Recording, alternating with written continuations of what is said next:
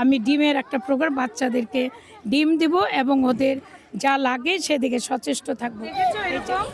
তোমরা এই যে মোবাইল দেখে দেখে এদেরকে দেওয়ার চেষ্টা করবো, তোমাদের নামগুলো লিখে থাকবে, অবশ্যই চেষ্টা করবো। আমি যখন দেখলাম যে বাচ্চারা সকাল 9টায় আসে, 4টা পর্যন্ত তারা থাকে, তখন আমি হেড স্যারের সাথে কথা বললাম, এই বাচ্চাগুলা 9টা থেকে 4টা পর্যন্ত কিভাবে থাকে। ভবিষ্যৎ হোক নিরাপদ, বিনিয়োগ হোক বিশ্বস্ত, আর আমার পছন্দ সল্ট বে। ওয়েলকাম টু সল্ট বে।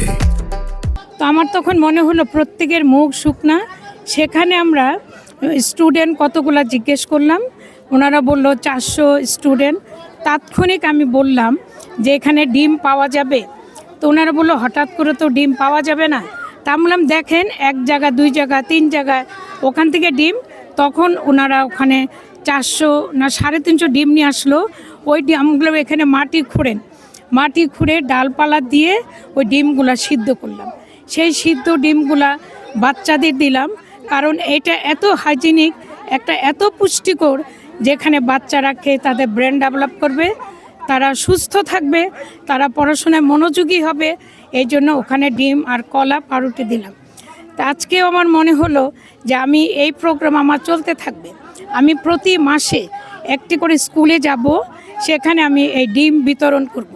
তখন হয়তো শীত থাকবে না, শীতের প্রাককালে এই কাজটা আমি করব।